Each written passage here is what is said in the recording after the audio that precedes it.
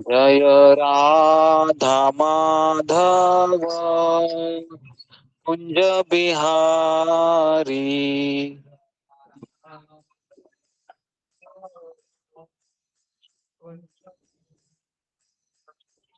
जय राधा माधव कुंज बिहारी। जय राधा माधव कुंज जय बिहारी। गोपी जन वल्लभ गिरिवरधारी। जय गोपी जन वल्लभ गिरवर जय धारी। गोपी जन वल्लभ गिरिवरधारी। जय गोपी जन वल्लभ गिरवर धारी। यशोदानंदन ब्रज जन रंजन। यशोदानंदन ब्रज जन रंजन। यशोदानंदन ब्रज जन रंजन। यशोदानंदन ब्रज जन रंजन। यशोदानंदन ब्रज जन रंजन। यशोदानंदन ब्रज जन रंजन। यशोदानंदन ब्रज जन रंजन। यशोदानंदन ब्रज जन रंजन। यमुना तीरावनचारी। यमुना तीरथ चारी। यमुना तीरावनचारी।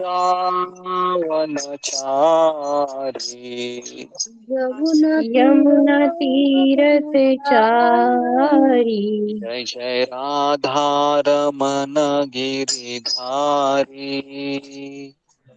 जय जय राधा रमन गिरिधारी। जय जय राधा रमन गिरिधारी। जय जय राधा रमन गिरिधारी। गिरिधारी श्याम वनवारी। गिरिधारी श्याम बनवारी। गिरिधारी श्याम वनवारी। गिरिधारी श्याम बनवारी। गिरिधारी श्याम वनवारी।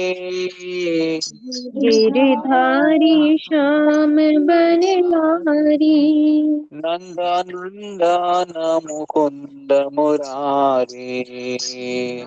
नंद नंदन मुकुंद मुरारी। नंदनंदन मुकुंद मुरारी। नंद नंदन मुकुंद मुरारी। जय जय राधा रमन गिरिधारी। जय जय राधा रमन गिरिधारी। गिरिधारी श्याम वनवारी। गिरिधारी श्याम बनवारी। गिरिधारी श्याम वनवारी।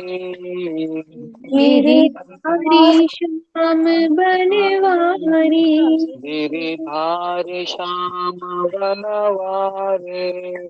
गिरिधारी श्याम बनवारी। नंदनंदन मुकुंद मुरारी। नंद नंदन मुकुंद मुरारी। नंदनंदन मुकुंद मुरारी। नंद नंदन मुकुंद मुरारी। आधार मन गिरधारी। जय जय राधा रमन गिरिधारी। गिरिधारी श्याम वनवारी। गिरिधारी श्याम बनवारी। जय प्रभु पदा जय प्रभु पदा। प्रभुपदा जय प्रभुपदा जय प्रभुपदा जय प्रभुपदा प्रभुपदा जय प्रभुपदा। हरिनाम संकीर्तन की जय। श्रील प्रभुपाद की जय।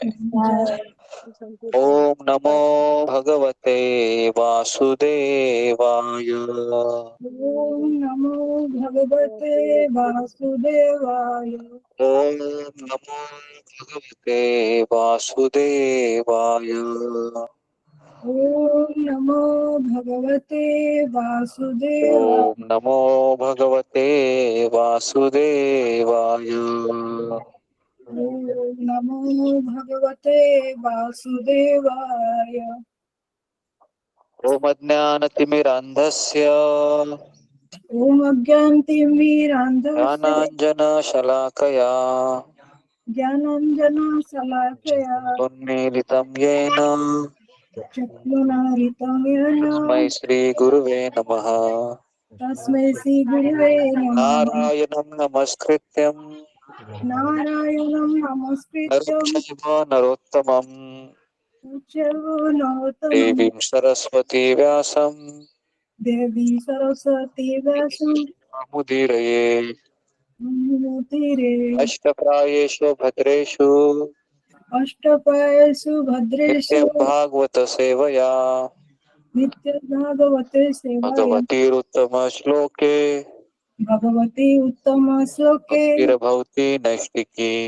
भक्तिरभवन्नष्टिके। कृष्णाय वासुदेवाय कृष्णाय वासुदेवाय देवकी नंदनाय च देवकी नन्दनाय च नंदगोपकुमाराय नन्दगोपकुमाराय गोविंदाय नमो नमः। गोविन्द। ओके, हरे कृष्णा। तो सबका स्वागत है सत्र में। हरे कृष्ण गुरु जी, तो दंडवत प्रणाम। आज हम ऋषिकेश और हरिद्वार की महिमा के बारे में थोड़ा सा वर्णन करेंगे। जैसा अभी हम सब हरिद्वार में हैं, ऋषिकेश में हैं, और हरिद्वार और ऋषिकेश को देवभूमि कहा जाता है। देवभूमि का अर्थ है कि यहाँ पर जो तीर्थ है, जो धाम का वास है, यहाँ पर ज्यादा मायने रखता है ऋषिकेश और हरिद्वार में। सबसे पहले हम हरिद्वार की महिमा का वर्णन करते हैं, जिससे हम अपने आप को, है ना, इस हरे जीवा का कृष्णा महत्व सारे हरे कृष्णा गुरु शास्त्र में जी, लिखा दंडवत गया है। प्रणाम। हरे कृष्णा सारे ये जीवा भक्तों का को महत्व दंडवत प्रणाम। इसलिए होना चाहिए ताकि हमें जीवा से भगवान की कथा कर सके, भगवान की महिमा का गान कर सके, भक्तों का महिमा हम कर सके। नहीं तो इस जीवा को भागवत पे कहा जाता है कि जो मेंढक होता है वो मेंढक भी क्या करता है, बहुत आवाज करता है। लेकिन जब मेंढक आवाज करता है तो उससे कौन आकर्षित होता है, सांप आकर्षित होता है ना। और फिर सांप क्या करता है, मेंढक को खा जाता है। तो अगर हमारे जीवा भगवान की महिमा का वर्णन नहीं करेंगे तो काल रूपी सांप हमको खा जाएगा, है ना। तो इसलिए ये जीवा से हमेशा हमको भगवान की कथा ही करनी चाहिए। कोई सांसारिक चीजें करेगी तो किस कौन आकर्षित होगा उससे, काल आकर्षित होगा, है ना। और हम सबको पता है काल किसी की उम्र देखता है क्या, किसी की उम्र नहीं। नहीं देखता है वो, है ना। हमने देखा है कि 5 साल 6 साल के बालक भी है ना, काल के इसमें प्रवेश करते हैं। तो हरिद्वार के बारे में ऐसा बताया जाता है कि 7 कुरिया है। कुरिया मतलब एक तरीके से पूरी, है ना, खाने वाली पूरिया नहीं। हमको पूरी बोले तो पहला वही याद आता है, खाने वाला पूरी। तो ये खाने वाला पूरी नहीं है। तो ये 7 पुरियों में से एक है, मायापुरी है, जिसको हरिद्वार कहा जाता है। ये हरिद्वार, है ना। तो हरिद्वार में अगर कोई व्यक्ति रहता है, परमानेंटली अपना निवास बना लेता है, तो वह साधारण जीव नहीं है, है ना। उसने अपने पिछले जन्म में बहुत कुछ पुण्य कर्म किए होंगे, इसलिए वह यहाँ पर निवास कर रहा है। तो हमारे ग्रुप में ये सुषमा नेगी माता जी है, वो हरिद्वार की है। तो इसने पिछले जन्म में बहुत पुण्य कर्म किए होंगे, इसके लिए उसको, है ना, यहाँ पर ही उसका मायका है, यहाँ पर ही ससुराल है ना। मतलब भगवान ने उसको जाने ही नहीं दिया यहाँ से। तो एक तरीके से ये, है ना, साधारण बात नहीं है। तो हरिद्वार, ये 7 पुरिया कौन कौन सी हैं? तो पहला है उज्जैन। उज्जैन भी आता है, आता है उज्जैन, उज्जैन भी आता है ना 7 पुरियों में। आता है। और कौन सा आता है? अयोध्या आता है। हाँ, वेरी गुड। अयोध्या, मथुरा, मथुरा, काशी, उसके बाद जगन्नाथ, काशी, काशी, काशी, अयोध्या, जगन्नाथपुरी, काशी। और एक मथुरा, जगन्नाथपुरी, मायापुरी, मायापुरी, हरिद्वार ना, ये द्वारिकापुरी। 3 हो गए। द्वारिकापुरी भी आता द्वारिकापुरी, है। द्वारिकापुरी भी आती है। ये जगन्नाथ, द्वारिका, द्वारिका भी आती है। द्वारिका भी। कांची, कांची भी आती है। 5 हो गए। और छठा, 7वां अवंती, अवंतिका, उज्जैन, वो हो गया ना, अवंतिका उज्जैन, उज्जैन हाँ। हो गया। हो गए, 7 हो गए ना। ओके, 7 पूरी है। ओके, मथुरा। तो 7 में से एक पूरी है जहाँ पर हम अभी आए हैं, वो है हरिद्वार। तो बताया जाता है कि हरिद्वार के अनेक नाम है। पहला है हरिद्वार, गंगा द्वार भी कहते हैं इसको, क्योंकि गंगोत्री भी यहाँ यहीं पर है ना, जहाँ से गंगा निकलती है। तो गंगा के बारे में कहा जाता है कि जब भागीरथी प्रसन्न करते हैं इसको, हाँ, गंगा को प्रसन्न करते हैं, और गंगा कहती है कि मैं आना चाहती हूँ, लेकिन मेरे प्रवाह को कौन झेल सकता है, क्योंकि गंगा ये देव नदी कहा जाता है गंगा को। गंगा के ये पृथ्वी की नदी नहीं है, ये देव नदी है ना। देवलोक में भी इसकी कई धाराएं है, अलकनंदा कहते हैं उसको, बहुत कुछ चीजें कहते हैं। तो गंगा ने कहा कि भागीरथी को कि तुमको अगर मुझे पृथ्वी पर ले आना है तो तुम्हें एक देवता को प्रसन्न करना होगा, और वो थे शिव जी। तो फिर भागीरथ ने क्या किया? शिव जी को प्रसन्न किया, और शिव जी ने कहा कि ठीक है, मैं गंगा को अपने जटाओं में धारण करूंगा। तो शिव जी ने अपने जटाओं में धारण किया। अभी गंगा मैया को शिव जी के जटाओं का आश्रय मिला, तो उसको इतना उधर सुंदर लग रहा था कि वो वहां से निकलना ही नहीं चाह रही थी, पता है ना। तो भगवान शिव जी क्या करते हैं, अपने जटाओं को एक पत्थर को मार देते हैं, है ना। वो पत्थर उधर गंगोत्री के इधर ही है, फिर वो गंगा निकलती है। और यहाँ पर खास करके वो उत्तर प्रदेश में ही ज्यादा बहती है ना, फिर गंगा सागर में मिल जाती है। तो तो और इसका नाम है कुशावर्त भी कहते हैं इसको, कुशावर्त, हरिद्वार को। उसके बाद 5 पुरियों को मिलाकर भी हरिद्वार कहते हैं। पहला है मायापुरी, हरिद्वार, कनखल, ज्वालापुर और भीमगौड़ा, बराबर है, इधर ही है ना वो। हाँ, उनको मिलाकर हरिद्वार कहते हैं। ज्वालापुर भी इधर ही है, भीमगौड़ा भी इधर है, कनखल। अभी ये मेरे लिए तो अपरिचित नाम है, लेकिन यहाँ के लोग हैं, वो सुनकर पता चलता है उनके चेहरे को देख करके, हाँ, ये लोग जानते हैं। तो अलकनंदा गंगा है जो राजा भगीरथ का अनुसरण करती है। इस भूमि पर उतरी है जहाँ हजारों पर्वत उतरे हैं, है ना। अगर हम उत्तराखंड में भी जाएंगे या केदारनाथ, बद्रीनाथ जाएंगे तो हजारों पर्वत है वहां पर। हाँ, तो कल हम यहाँ पर गए थे, कहाँ पर गए थे वो, शांति कुंज में। तो वहां पर हम अंदर जैसे गए, तो वहां पर ऐसे उन्होंने ऐसे छवियां बनाई थी अलग अलग पर्वत की। ऐसा लग रहा था कि किसी गुफा में प्रवेश किए, है ना। और सब लोग, साधु लोग वहां पर बैठे थे पीछे ध्यान लगाकर। तो 5 मिनट के लिए ऐसा लगा कि कहीं गुफा में हम अंदर आ गए, इतना सन्नाटा था, शांतता था। हमने एक माला का जप किया, है ना। उसके बाद हम बाहर आ गए। बाहर आने के बाद ऐसा लगा कि वापस, है ना, दूसरी जगत में प्रवेश किया, इतना अंधेरा था। तो जहाँ पूर्व में दक्ष प्रजापति, दक्ष प्रजापति ने यज्ञेश्वर भगवान विष्णु की पूजा की थी यहाँ पर ही, इसलिए इस स्थान को गंगा का द्वार कहता है, जो सभी बुराइयों का नाश करने वाला है। प्रजापति दक्ष के यज्ञ में इंद्र और सभी देवताओं को आमंत्रित किया था, लेकिन उन्होंने एक व्यक्ति को आमंत्रित नहीं किया था। कौन थे वो? शिव जी। शिव जी। हाँ। प्रजापति दक्ष सोच रहे थे ये मेरा कौन है? दामाद है ना? क्योंकि प्रजापति दक्ष की एक पुत्री थी, सबसे छोटी पुत्री, क्या नाम था उसका? सती। सती। सती। तो सती के जो पति थे उनका नाम था शिव जी। तो दक्ष प्रजापति ने कहा कि ये शिव जी है, ये सबसे मेरा गरीब जमाई है ना, इसके पास कुछ नहीं है। मेरी बेटी भी कहाँ रह रही है? एक पर्वत में रह रही है ना, पहाड़ों में रहती है। तो ये मेरा जवाई है, सबसे गरीब जवाई है, इसको बुलाऊंगा ही नहीं मैं। तो उसको बुलाया नहीं गया शिव जी को। और वहां पर अनेक इंद्र देवता लोगों को आमंत्रित किया था।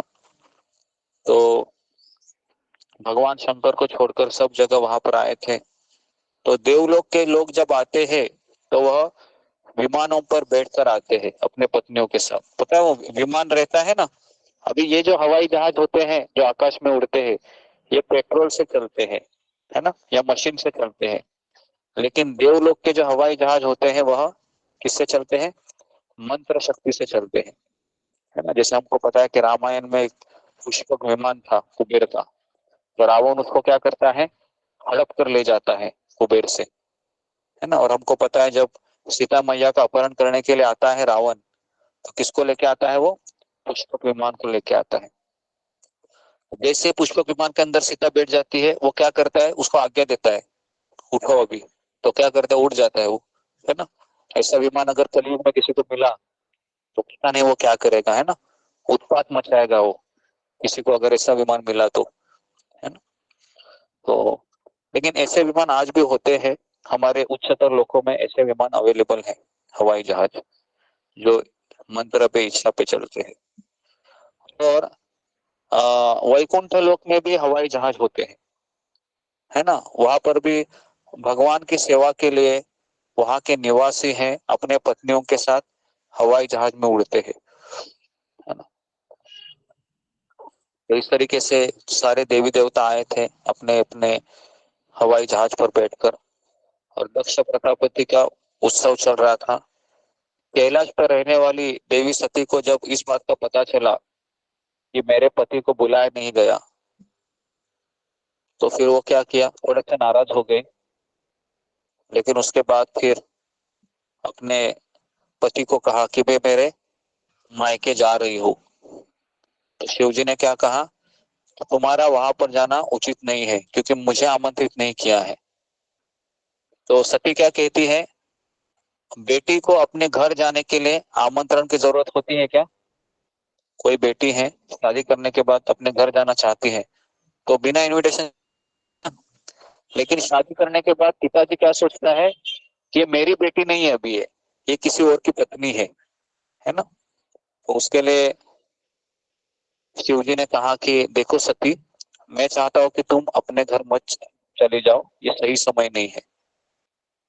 लेकिन पति के बोलने के बाद भी पत्नी है वह समझ नहीं पाती है। तो पत्नी का आखिरी अस्त्र क्या होता है? रोना, है ना। तो सती फिर रोती रहती है। और जैसे ही पति देखता है किसी के पत्नी के आंखों में आंसू आ रही है, तो पति का हृदय भी पिघल जाता है ना। तो शिव जी ने क्या किया फिर? सती को कहा अभी मैं चुप हो गया हूँ कि तुम आखिरी अस्त्र निकाला तुमने, है ना। बराबर है, हर घर में ये होता है कि नहीं? जब कोई पत्नी मना करती है तो पत्नी फिर क्या करती है? मेरा भाग्य ही ऐसा है फूटा हुआ, और ऐसे रोने लगती है। फिर पति बोलता है इसको समझा के थक गया बे, चली जा अभी, है ना, चली जा अभी। तो इसके लिए कहा जाता है कि तीन लोगों का हट है ना, ये कभी पूरा करना चाहिए। एक होता है बाल हट, छोटा बालक होता है ना, वो भी हटिक रहता है, उसको भी पूरा करना पड़ता है। हाँ। दूसरा होता है स्त्री हट, वो इतना भयानक होता है कि एक बार उसने ठान लिया तो फिर वो अपनी इच्छा पूरी ही करके रह छोड़ती है वो, उसको है ना कोई समझा नहीं सकता। फिर क्या लगता है? हाँ, अब आपका अनुभव रहेगा है ना। यहाँ पर बुजुर्ग बैठे हैं है ना, जिन्होंने 30 साल शादी, 40 साल शादी को निभा रहे हैं, हाँ, तो वो भी वही बोल रहे हैं। कितने? 50 साल है ना, 50 साल से वह तो उन्होंने सारा इतिहास देखा है ना, किस तरह से अस्त्र निकाले जाते हैं, और अस्त्र निकालने के बाद फिर वो भी बोलता है भगवान अभी चले जा, है ना, होगा तो देखा जाएगा अभी। सभी जगह पर ऐसे ही होता है ना। तो सती भी, हालांकि वो देवलोक की स्त्री थी, पार्वती थी, लेकिन उसने भी कहा कि मैं जा रहा हूँ। शिव जी ने कहा देवी वहां जाना हितकर नहीं है, तुम्हारा पिता है मुझे पसंद नहीं करता है, तो वहां पर जाओगी ना तुम्हारा कोई स्वागत नहीं करेगा। और ऐसा ही हुआ, वो चली जाती है वहां पर, किसी को उसका स्वागत नहीं करता है, कोई नहीं देखता भी नहीं उसको। वो अपनी माँ को पूछती है, अपने बहनों को पूछती है, कहती है कि क्या हुआ, मैं यहाँ पर आई तो आपको अच्छा नहीं लगा क्या? तो कहते हैं कि तुम्हारे पिता को तुम्हारे पति अच्छे नहीं लगते हैं। तो जैसे सती ने देखा कि मेरे पति का यहाँ पर आहुति नहीं दी जा रही है, तो उसको गुस्सा आ गया। उसने क्या किया, उसने कहा कि हे पिताजी तुम कैसा पिता हो, नेक्स्ट अगला जन्म में लूंगी तो तुम्हारा पुत्री बनकर नहीं लूंगी, मुझे इस शरीर की घृणा आ रही है, क्योंकि इस शरीर का जन्मदाता कौन है, तुम हो, तो इसके लिए मुझे ये तुम्हारे से मिला हुआ शरीर नहीं चाहिए। तो सती क्या करती है, अग्नि उत्पन्न करती है, और उसमें सती है वो है ना चली जाती है, अपने प्राण छोड़ जाते हैं। जैसे प्राण छोड़ जाती है तो क्या होता है, यज्ञ स्थल में हाहाकार मच जाता है, क्योंकि वहां पर शिव जी के भी फॉलोअर होते हैं है ना। हाँ, ऐसा कोई जगह नहीं जहाँ पर शिव जी का मंदिर नहीं है। अगर वृंदावन में भी जाओगे तो वहां पर भी शिव जी है ना, शिव जी के मंदिर है। तो शिव जी वृंदावन में क्या करते हैं, धाम की रक्षा करते हैं, धाम रक्षक कहा जाता है शिव जी को।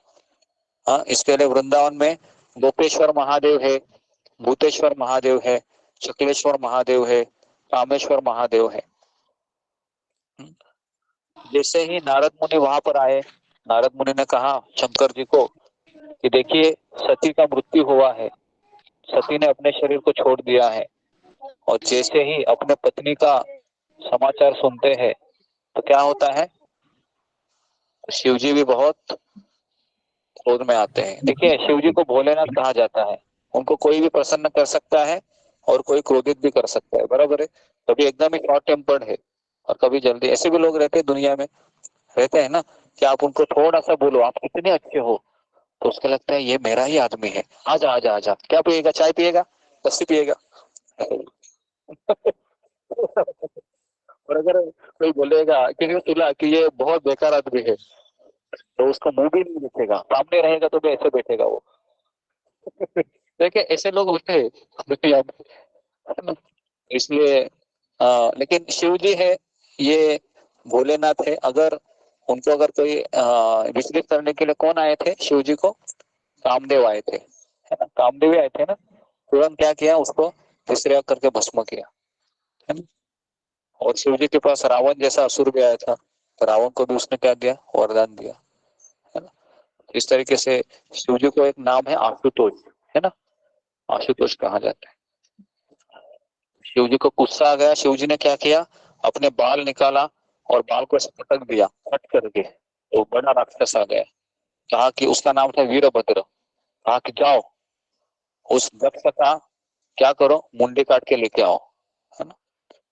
तो वो चला जाता है, और शंकर का क्या इनका दक्ष प्रजापति का एक क्वालिटी था कि दिखने में बहुत सुंदर था वो, उसका शरीर भी इतना सुंदर था कि उसे घमंड हुआ था कि मेरे जैसा सुंदर इस संसार में कोई नहीं है ना। तो इसके लिए कुंती महारानी कहती है भागवत में कि जिस भक्त के पास ज्यादा पैसा है वो भी भक्ति नहीं कर सकता, जिसके पास अच्छा शरीर है दिया है वो भी भक्ति नहीं कर सकता, जिसका बहुत सुंदर है दिखने में वो भी भक्ति नहीं करेगी, क्योंकि उसको हमेशा घमंड रहेगा ना।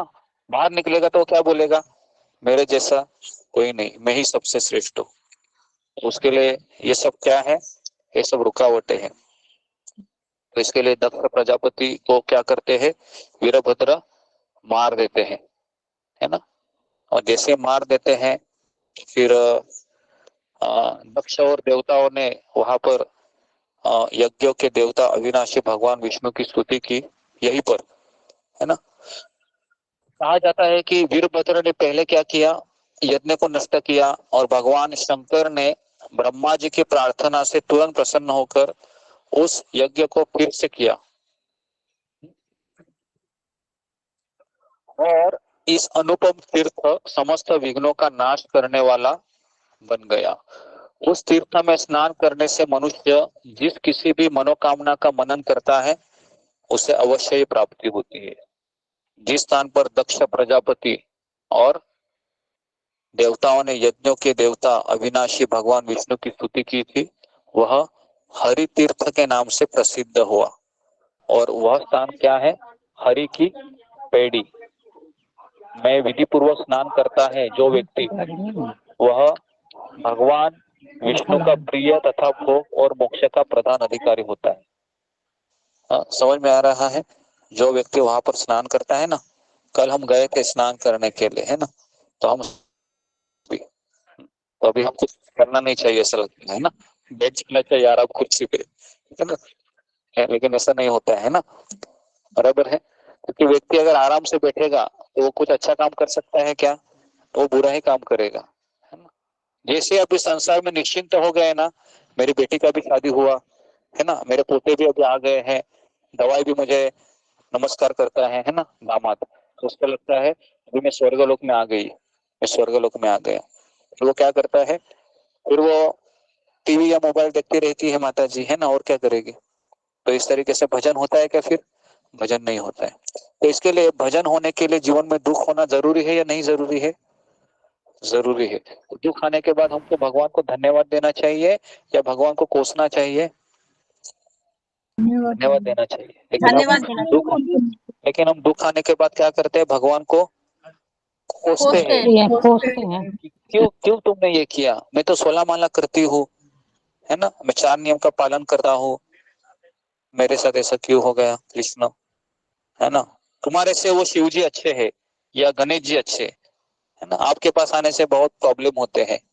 इसके लिए कोई भी राम कृष्ण का भक्त बनना किसी को पसंद नहीं होता है, क्योंकि कृष्ण कैसे हैं, टेढ़े है ना। हमेशा मैं उदाहरण देता हूँ, टेढ़े है, 3 बाजू से झुके हुए हैं, गर्दन से, कमर से और पैर से। जल्दी घुसते हैं क्या अंदर, जल्दी घुसते नहीं है। और एक बार घुस गए, हमारा नसीब अगर अच्छा है तो घुस गए, फिर बाहर निकलते हैं क्या, नहीं। फिर वो व्यक्ति परमानेंटली वही हो जाता है, दुनिया वाले परेशान हो जाते हैं उस व्यक्ति से, क्या करे, सुधरता ही नहीं है। जैसे सुबह 4 बजे का अलार्म होता है, ये माला लेके बैठ जाती है मोबाइल के सामने। तो ये हमारा फिर गणित होता है ना। लेकिन अगर परिवार में एक भी व्यक्ति भक्त बनता है तो उसकी 21 पीढ़ियां मुक्त हो जाती है। कितनी, 21 पीढ़ियां, है ना।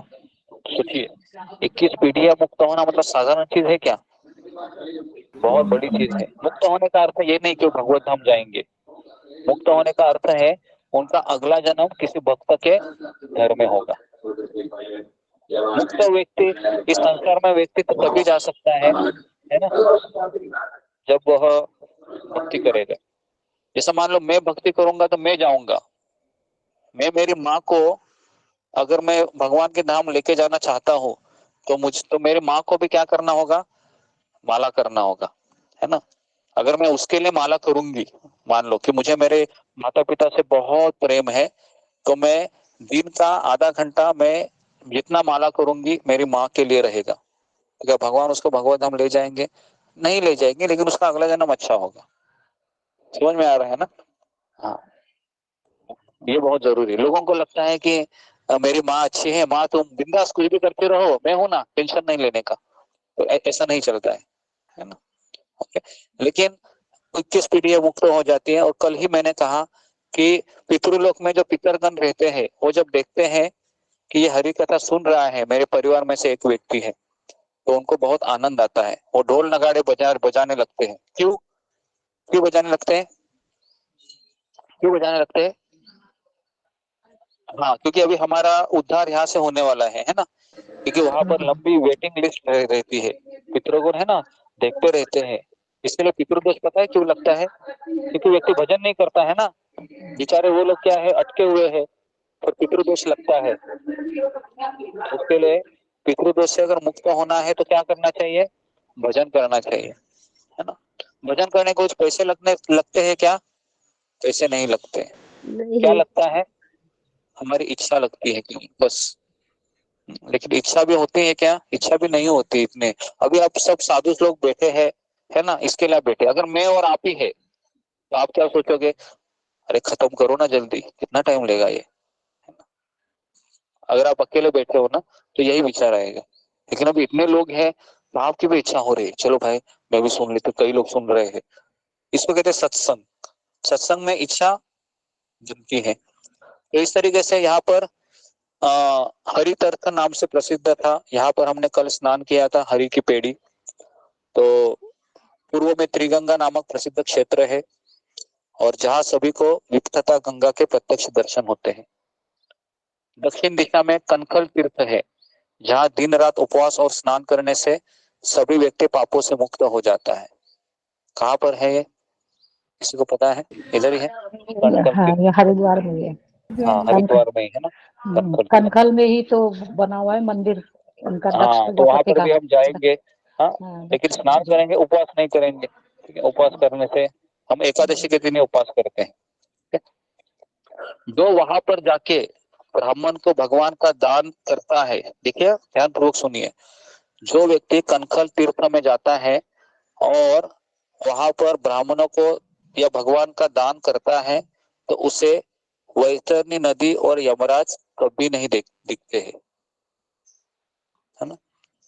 तो अगर हमको यमराज से बचाना है, या वैतरणी नदी पता है कैसे होती है?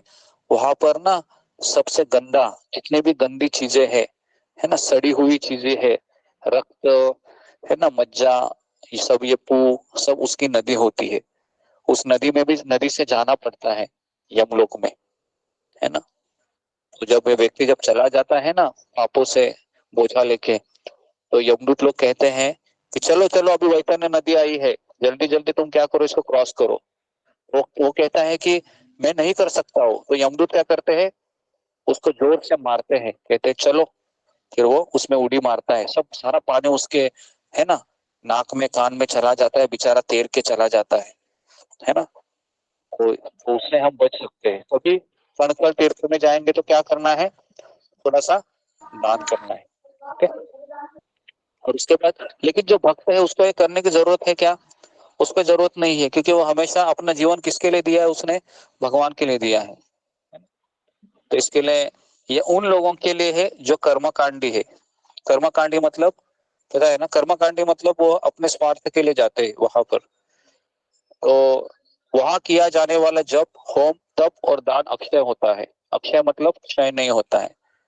तो कल हम हरि के पेड़ी में गए थे, तो वहां पर काफी सारे ब्राह्मण ऐसे बैठे थे।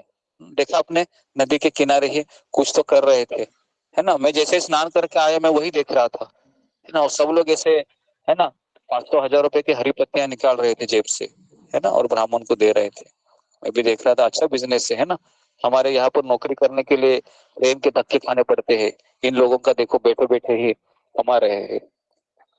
तो कहने का तात्पर्य ये है कि ब्राह्मण भी वही होता है जो दक्षिणा है ना, जितना मिले उतना स्वीकार करता है, उसको ब्राह्मण कहते हैं। ब्राह्मण कभी ये नहीं कहता है कि 500 ही रुपए देने चाहिए, 1000 रुपए देने चाहिए। अभी कैसा हो गया है? अभी पहले बोलते हैं कि जेब में कितना पैसा है तभी मैं तुम्हारे ये कर सकता हूँ ना, जो भी है। तो इसलिए अभी सब वो बिजनेस हो गया है। तो अभी गंगा नदी का हरिद्वार का संबंध क्या है?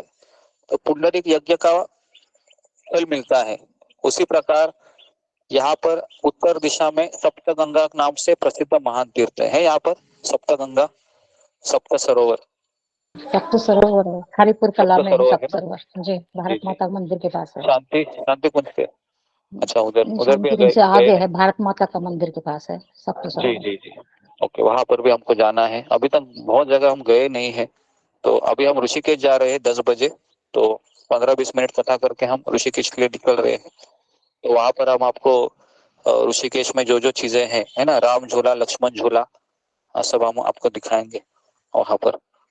तो सप्तर्षियों के आश्रम में स्नान करने से आ, सारे पापों का विनाश होता है।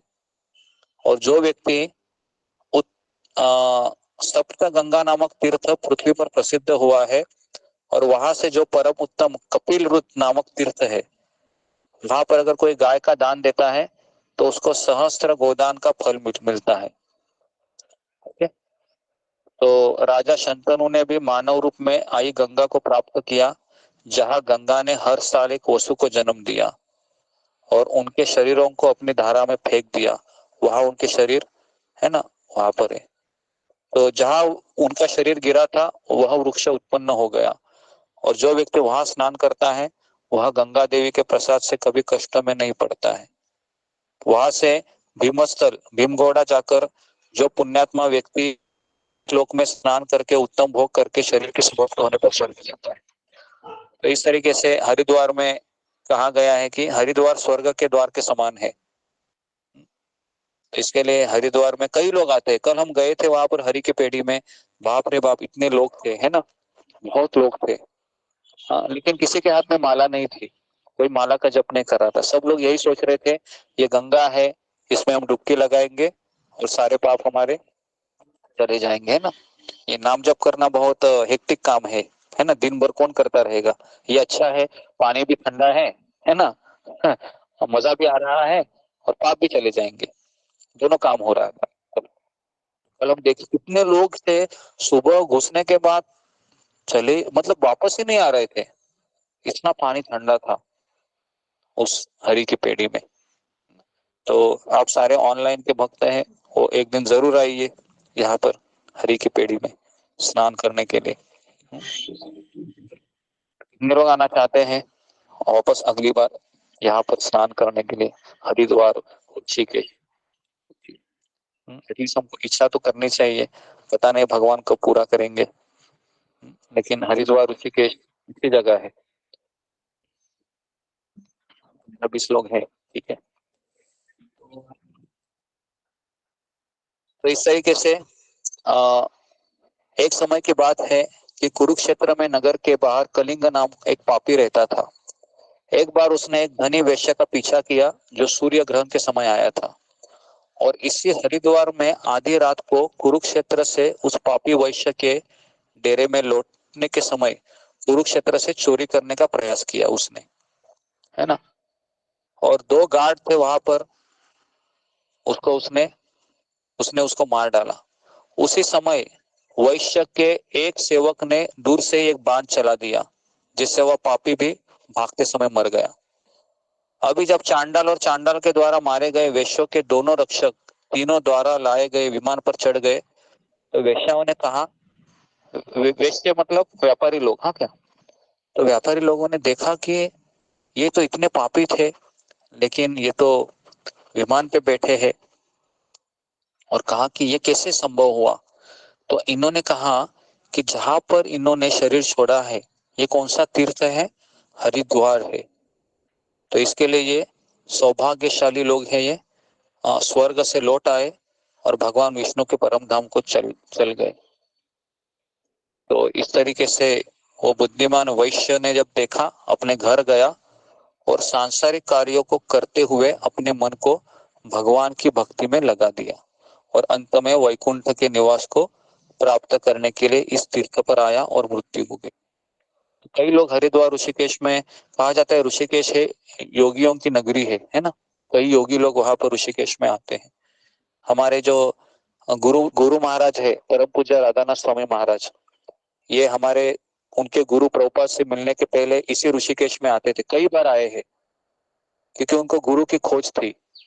तो गुरु पता नहीं कहाँ मिलते हैं, तो पूरे भारत में भ्रमण करते करते ऋषिकेश में वो यहाँ पर रहे हैं काफी दिन। और वो एक दिन ऋषिकेश के अंदर, गंगा के अंदर एक छोटा सा एक उनको जमीन मिलता है, मतलब पहाड़ी जैसा। तो वहां पर वो करीबन एक महीना वो ऐसे बैठते थे, सुबह जाके शाम तक ऐसे बैठते थे, ध्यान लगाते थे। और आखिरी दिन उनको गंगा मैया ने ये हरे कृष्ण महामंत्र दिया, ऋषिकेश में ही दिया था।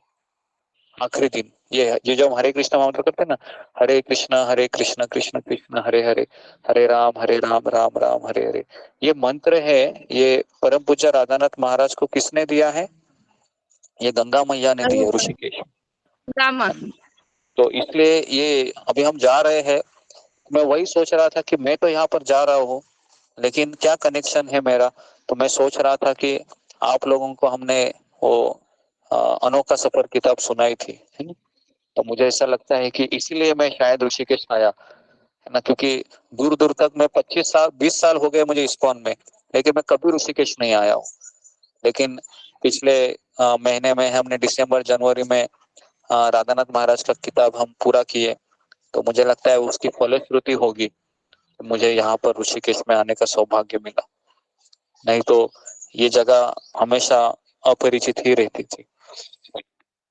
इस तरीके से प्रभु जी जैसे हरे हरे नाम पहले आता है, जैसे हम लोग हरे कृष्णा बोलते हैं, और कई जगह मैंने सुना हरे हरे राम हरे कृष्णा, वो बाद में क्यों बोलते हैं? हरे शब्द का अर्थ है ये राधा रानी है, और हर शब्द का अर्थ है हर हर महादेव, तो उसमें वो शिव जी का नाम आता है हर, और हरि मतलब कृष्ण, और हरे मतलब राधा रानी, है ना। तो इसके लिए हमको भगवान के नाम का जप करना चाहिए। कई लोग कहते हैं कि तुम्हारे नाम में राधा रानी नहीं है, तो हरे शब्द ये राधा रानी को ही कहते हैं। लेकिन गुरुजी जब राम जी के साथ हरे राम तो वो राधा जी रहती है न सीता जी रहती है? नहीं नहीं, वो भी राम शब्द का अर्थ है, प्रभुपाद ने कहा 3 राम के अर्थ होते हैं। एक है राम मतलब बलराम जी, दूसरा राम मतलब दशरथ पुत्र राम, और तीसरा नाम मतलब राधिका रमन कृष्ण। तो इसके लिए राम शब्द का केवल एक ही अर्थ नहीं है। तो प्रभुपाद ने कहा कि हम राम को किस भावना से ले। प्रभुपाद ने कहा तुम्हारी जैसी भावना है, अगर तुम दशरथ पुत्र राम के रूप में लेते हो तो भी कोई बात नहीं, तुम बलराम के रूप में लेते हो तो भी कोई बात नहीं, और अगर तुम कृष्ण के रूप में ले रहे हो तो भी कोई बात नहीं। ठीक है, तो कई लोग राम शब्द आने के बाद किसका नाम याद आता है आपको? दशरथ पुत्र राम, है ना। लेकिन दशरथ पुत्र राम से भी ज्यादा है कृष्ण के भक्त है, वह राम का ये करते हैं जी, जप करते हैं इस तरीके से। ओके, तो इस तरीके से मैंने आपको ये हरिद्वार के बारे में बताया। अभी मैं आपको ऋषिकेश के बारे में थोड़ा सा बताता हूँ।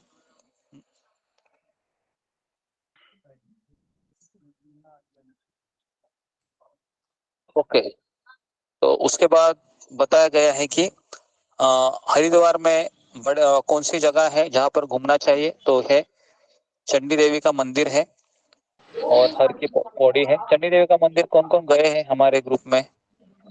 कोई गए? ओके। हाँ, मनसा देवी मंदिर भी है वहाँ हरिद्वार में। जी जी, हरे कृष्ण हरे कृष्ण। मनसा देवी मंदिर। मनसा देवी मंदिर है।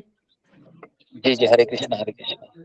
ये सुधा गुप्ता माता जी देखो आ गई है, दिख रहे हैं सबको? अभी अभी आ गए। हरि बोल हरि बोल, बहुत हरि बोल माता, हरि बोल। ये भी आए। हरे कृष्ण माता हरे जी, माता जी, राम दंडवत हरे प्रणाम। कृष्ण। हरि हरि बोल। बोल। हरे हरि बोल। तो ये सभी लोग आ गए, अच्छा है ना? जी, अभी अभी आए हैं। ओके,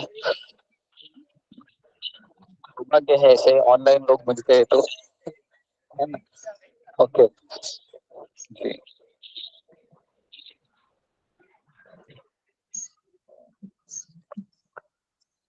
तो ये एक है चंडी देवी का मंदिर है यहाँ पर, और एक मनसा देवी है, और गंगा के निकट शिव जी की मूर्ति है जो बड़ी है, और चंडा देवी मंदिर के, और यहाँ पर हर की पौर्णिमा में शाम को आरती होती है, आरती होती है यहाँ पर। तो हम गए नहीं हैं, लेकिन कहा जाता है कि हरिद्वार वह स्थान है जहाँ पर अमृत की कुछ बूंदे भूल से घड़े से गिर गई थी, है ना, हरिद्वार में। जब कुंभ हुआ था ना, तो गलती से वहां पर अमृत की जो बूंदे थी ना, जो समुद्र मंथन के समय निकली थी, तो क्या नाम था उनका जो लेके आए थे घड़ा? धन्वंतरी। धन्वंतरी। हाँ, तो समुद्र मंथन से वो निकली थी, है ना। तो इस तरीके से यहाँ पर 4 जगह पर अमृत की बूंदे गिरी थी। कौन सी थी वो? उज्जैन, एक हरिद्वार में, उज्जैन में, प्रयाग नासिक में और नासिक। नासिक में। तो नासिक ये महाराष्ट्र में आता है, प्रयाग इलाहाबाद में है, हरिद्वार यहाँ पर है और उज्जैन मध्य प्रदेश में है। मध्य तो प्रदेश चारों स्थानों पर बारी बारी से हर 12वें वर्ष में महाकुंभ का आयोजन होता है, ठीक है। लेकिन एक भक्त रहता है, वह स्नान करने नहीं जाता है। क्यों? क्योंकि वह भगवान को और गुरु को अपने जीवन को लक्ष्य माना है। तो इसके लिए उसको स्नान करे या ना करे, वो रोज ही क्या करता है? हरि कथा में स्नान कर रहा है ना। तो हरि कथा में स्नान करना और गंगा नदी में स्नान करना, दोनों में फर्क है। गंगा में स्नान करने से पाप चले जाते हैं और हरि कथा में स्नान करने से पाप करने की प्रवृत्ति पाप करने की प्रवृत्ति चली चली जाती है। प्रवृत्ति चली जाती पाप है। करने की प्रवृत्ति चली जाती है। इसके लिए किसमें स्नान करना अधिक योग्य है? हरि कथा में। हरि नाम, हरि कथा में। जी, हरि नाम में स्नान करना चाहिए हमें। ओके। उसके बाद बताया जाता है कि गंगा जी को सतयुग में वर्षों की तपस्या के पश्चात जब भागीरथ ने 60,000 पूर्वजों का उद्धार किया और कपिल ऋषि के शाप से उनको मुक्त किया, तो इस तरीके से बताया जाता है कि भगवान विष्णु के चरणों से प्रकट हुई गंगा जब हरिद्वार में आई, तब देवताओं के लिए भी दुर्लभ श्रेष्ठ तीर्थ बन गया। जो मनुष्य उस तीर्थ में स्नान तथा हरि के दर्शन करने की मन की परिक्रमा, उनकी परिक्रमा करते हैं, तो वह दुख के भागी नहीं होते। तो महाभारत में भी युधिष्ठिर को भारतवर्ष के तीर्थ स्थलों के बारे में जब बताते हैं, तो वो भी हरिद्वार में कुछ समय के लिए महाभारत में पांडवों ने यहाँ पर निवास किया था, हरिद्वार में। और यहाँ पर पितरों का तर्पण भी किया जाता है।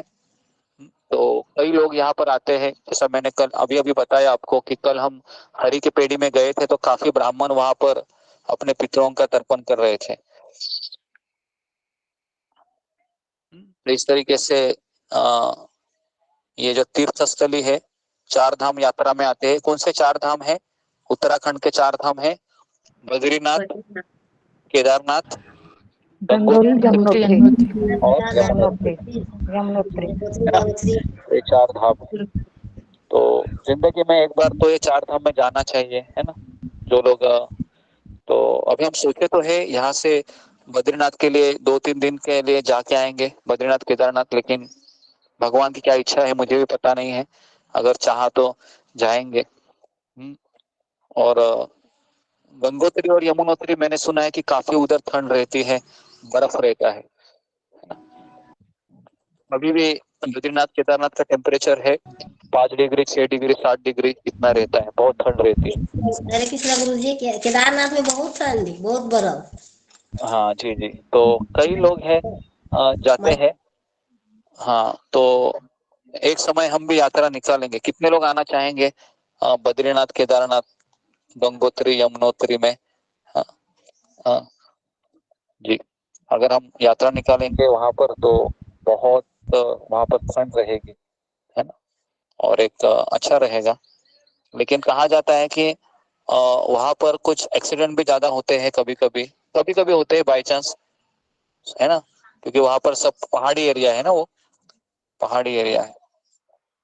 तो एक समय हम यात्रा निकालेंगे, लेकिन आप लोग आते नहीं है, इसके लिए वो फायदा नहीं होता है ना। अभी हम ऋषिकेश के लिए इतना ऑलमोस्ट फ्री में करवाया था, है ना, 1,500-2 हजार रुपए था, फिर कोई आए नहीं। पता नहीं आप 4 धाम में भी आएंगे नहीं, क्योंकि सब लोगों को घर ही प्यारा है। हाँ, घर से पैर ही नहीं निकलता है हमारा, या फिर घर वाले जाने नहीं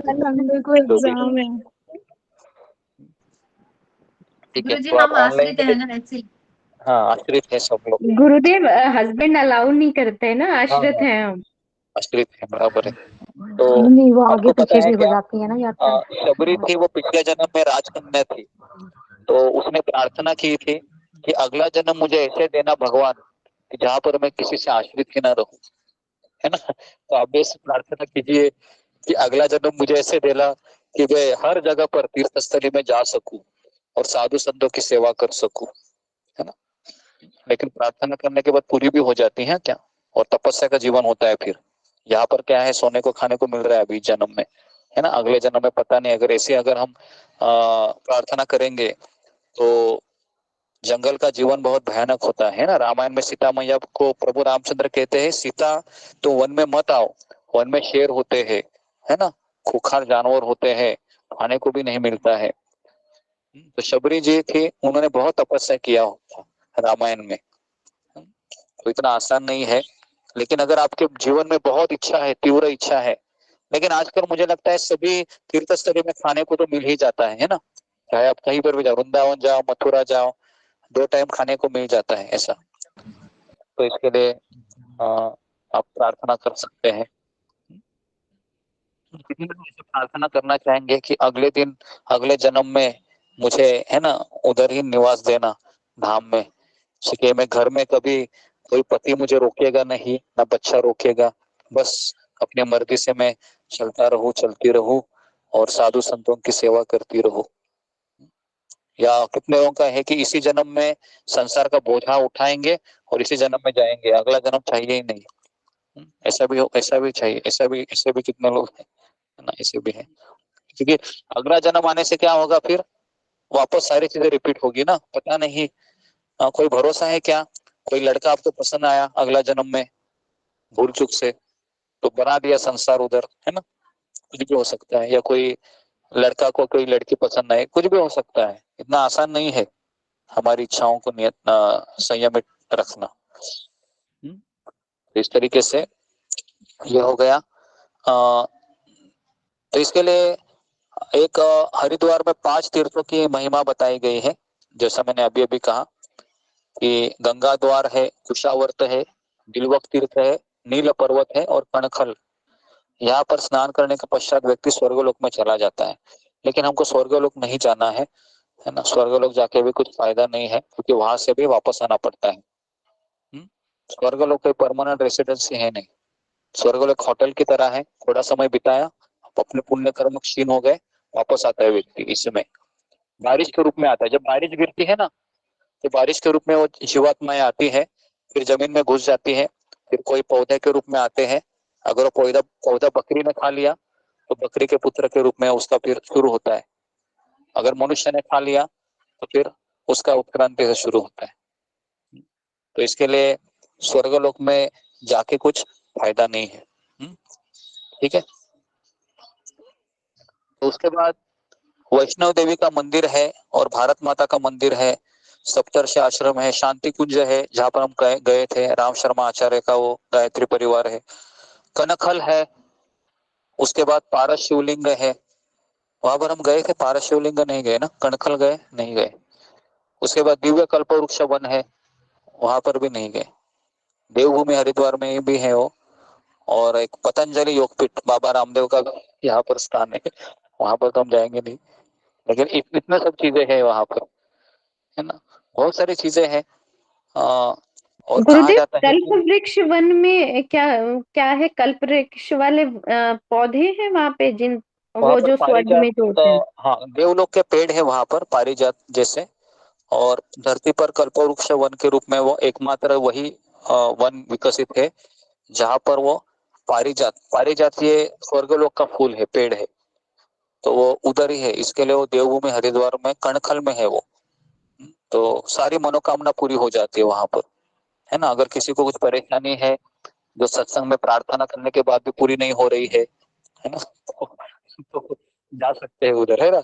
तो क्योंकि ये सब शास्त्र में पता ही है। लेकिन हम यहाँ पर प्रार्थना करते हैं तो भगवान कृष्ण सुनते हैं, है ना।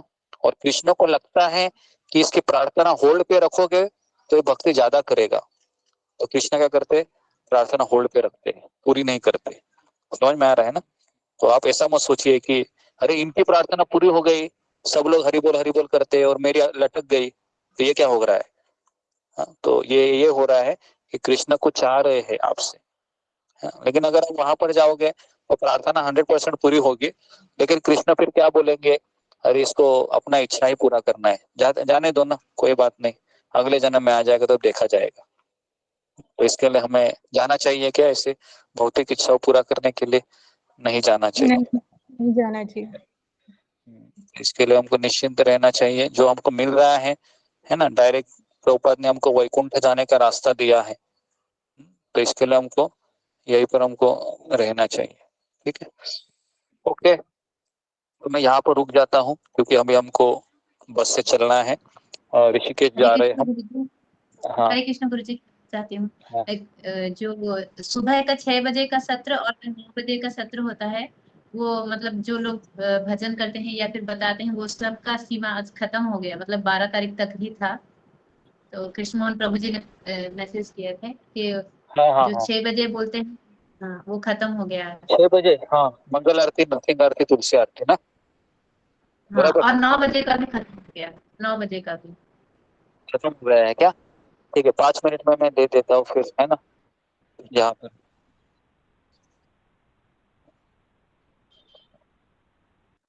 लिखोगे क्या? कौन लिखेगा? प्रतिभा लिखोगे? इतना फटाफट लिखना होगा, लेकिन तुम्हारा माइक बंद है। गुरु जी, ऑडियो रिकॉर्ड हो रहा हाँ, है, अभी मुझे लिख पाई तो मुझे बाद ऐसा में भी लगता है लिख कि सकते। मंजू माता जी फटाफट लिखती है ना, मंजू लिखेगी, जी जी जी, मंजू पाल। अच्छी बात है गुरु जी। ठीक है, मैं लिख लेती हाँ, हूँ।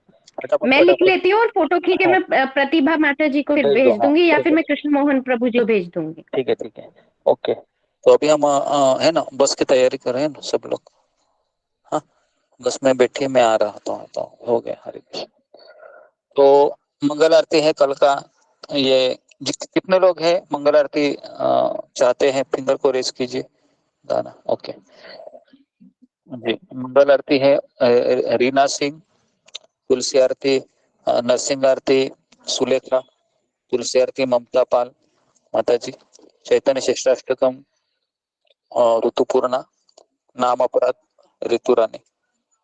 उसके बाद मंगल आरती है वह प्रतिभा कुमारी माता जी, नरसिंह आरती ममता पाल माता जी, तुलसी आरती विशाली तट माता जी, और चैतन्य शिष्टाष्टकम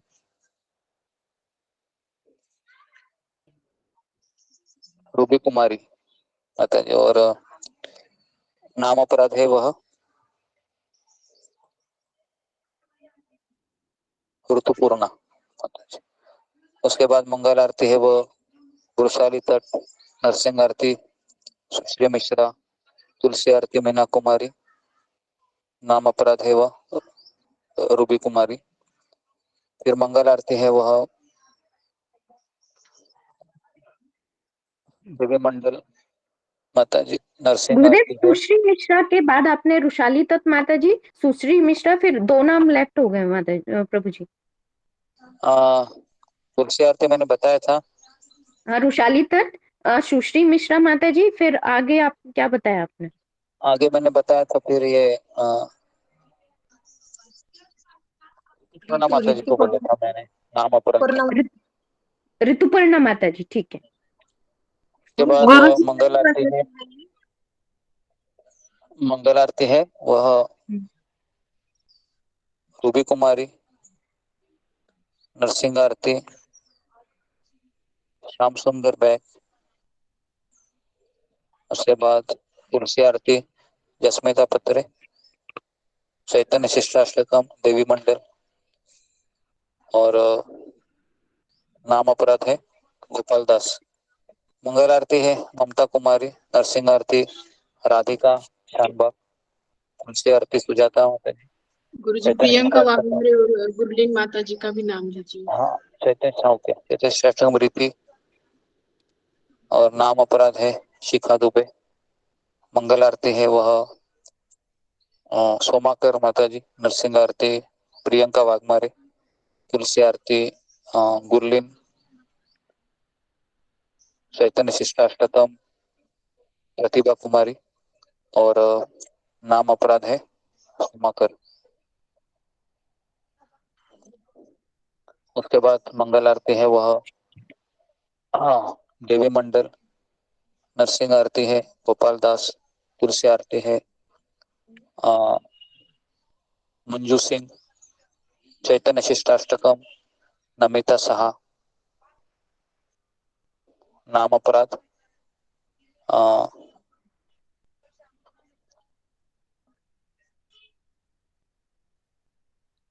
अंजू शर्मा।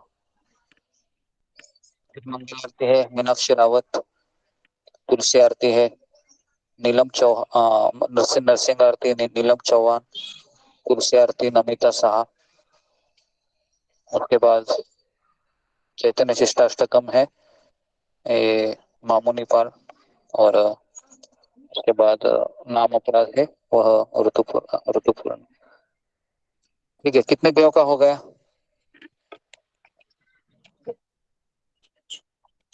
8 दिन का हो गया, 1 हफ्ता हो गया। मंगल आरती है रोमा साहा, नरसिंह आरती संस्कृति जादव, तुलसी आरती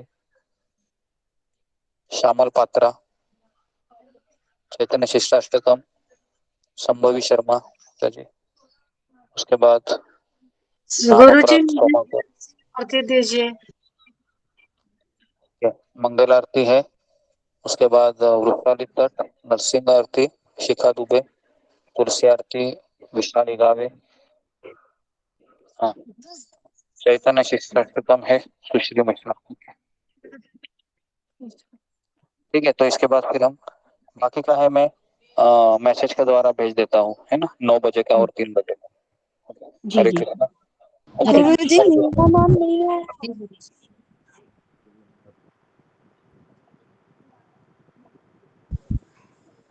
हरे कृष्णा गुरुजी।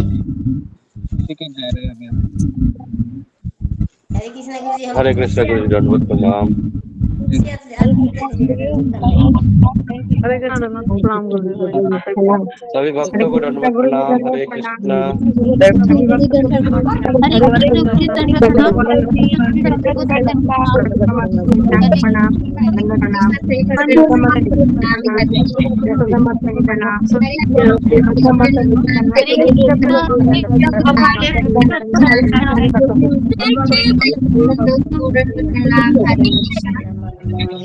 हरे कृष्णा माता जी, हरे कृष्णा प्रभु जी, हरे कृष्णा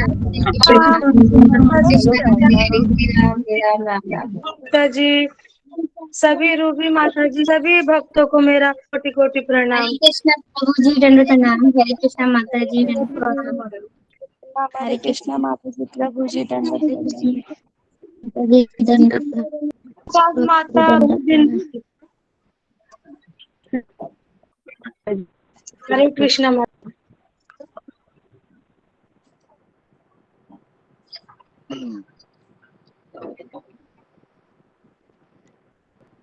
ओके, हरे कृष्णा गुरुजी। मेरे पास समय है, जरा भी नाम लिख लो क्योंकि अभी मैं बस में बैठा हूँ, तो नाम लिख लो इसका सुबह के क्लास का मैं कर रहा हूँ। मंजू सिंह माता जी। पहला लिखो माता जी, उसके बाद अगले दिन का सुलेखा जी गुरुजी, आवाज ब्रेक हो रहा है गुरुजी। पहले नंबर बोले ममता पाल। ममता पाल, सुलेखा, फिर तुम्हारा नाम लिखो, प्रतिभा कुमारी, सुश्री मिश्रा, जस्मिता पत्रे, गोपाल दास, फिर सुजाता महापात्रा, फिर मीनाक्षी रावत, फिर वृषाली तट, फिर और कौन के सब, उसके बाद रोमा साहा, उसके बाद लिखो। ठीक है, गीता क्लास के समय हम फिर गीता क्लास का करते हैं, मुझे याद देगा। जी गुरु, ठीक है गुरु। अभी लेफ्ट होना है गुरुजी। नहीं लेफ्ट नहीं होना है, जिसको अगर ऋषिकेश देखना है तो अभी हम बस से 20 मिनट लगेगा, 15-20 मिनट लगेगा, है ना? जी गुरुजी, अभी लेफ्ट होके बाद में ज्वाइन करने से होगा 20 मिनट बाद? हाँ, बेटर है। अब 20 मिनट के बाद सब लॉग इन कीजिए, है ना, वो अच्छा रहेगा।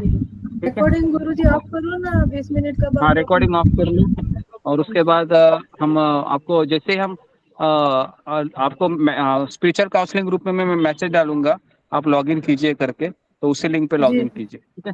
जी हरे कृष्ण। जी गुरुजी, धन्यवाद प्रणाम। जी गुरुजी,